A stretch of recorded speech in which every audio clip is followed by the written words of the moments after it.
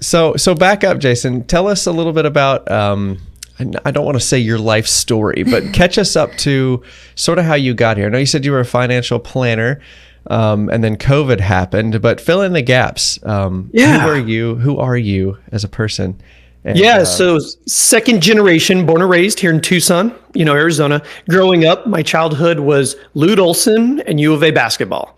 So when I was going through high school, my dad was a blue collar guy. So grew up watching him pour concrete in the middle of the summer here in Arizona. My mom was a stay-at-home mom. So grew up kind of on that blue collar side, watching dad do a bunch of projects. But I think there's a moment in time sometimes where parents say something that really, I think, shift your entire landscape of your life.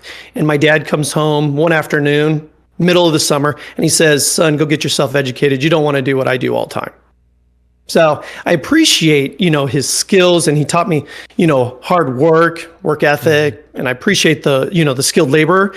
But that really stuck with me. So at an early age, I thought, all right, I'm going to college. And funny enough, I only applied to the U of A. I was either, going to get in or not going to live anymore, I guess. So fortunately got in. Now, Davis, I think you'll appreciate this. I actually play music, right? So I'm a euphonium player. Yes. I play in the low brass. It's like a little mini tuba, nice. But got a scholarship playing music. And so went to the U of A and knew I didn't want to major in music or be a teacher or anything like that. So did the business aspect of it. I just had to play in 2 ensembles and take private lessons to fulfill the scholarship. So that was kind of an interesting fun fact, worth nothing, but I think it was funny. So got my degree, was working in a major bank, did that for about 7 years, and then hit that corporate ladder. So got to a point where I was just like, I'm having some success. What's it going to take to get to the next level? And they said, well, someone's either got to die or retire. And for me, that just didn't sit well. And I think those that are entrepreneurs know that feeling where they're just like, corporate ladder, hit that glass ceiling. It's time to take on some more control. So I was married. We had Avery at the time. He was 1 and decided to make a change. So we were clients already in the wealth management world. So it was just a matter of being on the other side of the conference table. So did that in 2007. Started off doing really well. And then 2008 hit. So perfect time to be starting a financial planning business. So needless to say, worked really hard to get through all that. And then, you blink an eye and 15 years later, you're running the agency and you got a book of business and now you're starting up a different business. So hopefully that brings you up a little bit, and had another kid along the way too. So I got Avery and Blake. Wow, that's great. Very cool. So let's dive into some of this. I'm really excited to just selfishly ask these questions.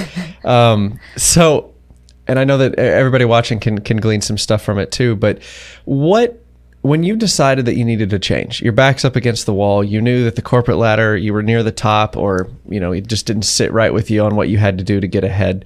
What were your feelings going into that? Was it a feeling of like, well, there's nothing else to do, so we got to try something different? Or did you really feel called or pushed one direction or another?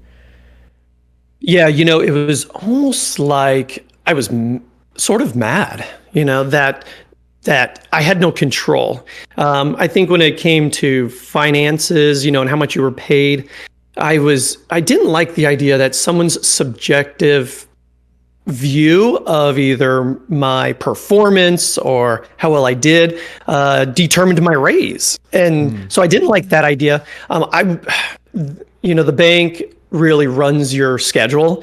So it was a lot of work. I couldn't leave. I had no control. If you wanted time off, you had to request PTO, do all this. And those were some of the things I was feeling that really threw me off.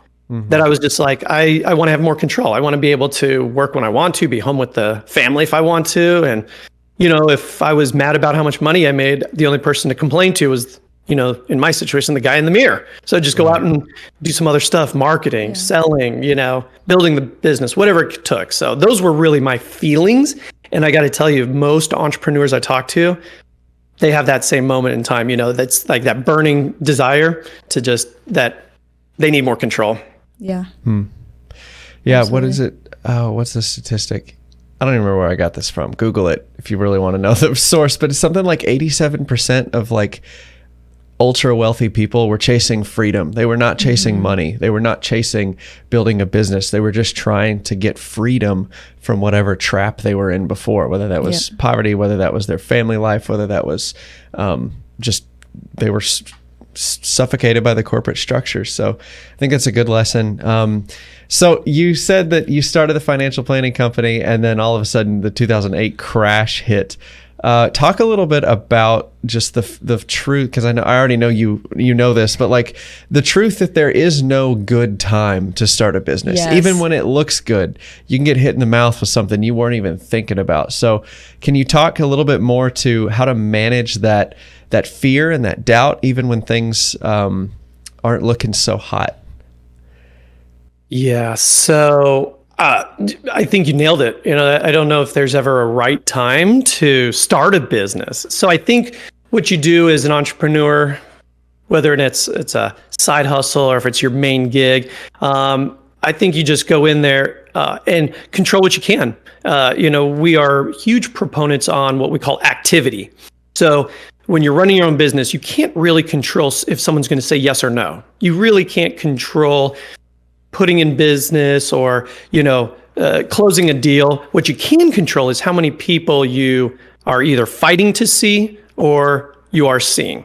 So we set up in the financial planning, but what's interesting is it comes right over into the woodworking business very seamlessly, but it's more of focusing on the money coming in, right? Or focusing on what you can control, the controllables. So how many people you're reaching out to and the networking events, or maybe not even that, but it's just like, how am I finding where my products or my message resonates to the highest degree? Who are those people?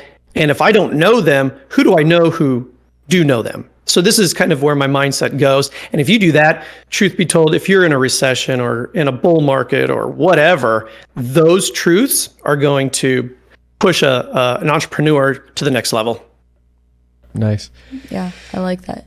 Yeah, I mean, we've been getting the question recently with, I don't know, we don't watch much news at all, but apparently there's on the horizon is coming another recession or another depression or whatever the fear-mongering flavor of the week is. But people are always asking us, what are you going to do the next recession? What are you going to do the next recession? Well, I'm just going to look for the next bubble. Like, especially with our product being, cutting and charcuterie boards for mostly realtors or other professionals that give gifts. Right. But they're corporate gifts. Yeah. I mean, you're just going to chase one bubble to the next. I mean, even Bell Telephone, the biggest, Sears, all of these huge companies that have gone by the wayside, they were bubble companies. They were just chasing a trend in culture and made money when they could. And then their fatal flaw was they weren't able to pivot after the bubble popped or things changed. And so it's not that you don't make money when there's a bubble. It's that you make your money when you can, and then when it pops, you move on to the next thing. And you're always looking for that opportunity, just to tie in with what you said. Right. Pay attention to the bubbles and control what you can control. Yeah. And so, I would say, in light of change, where's the hidden opportunity?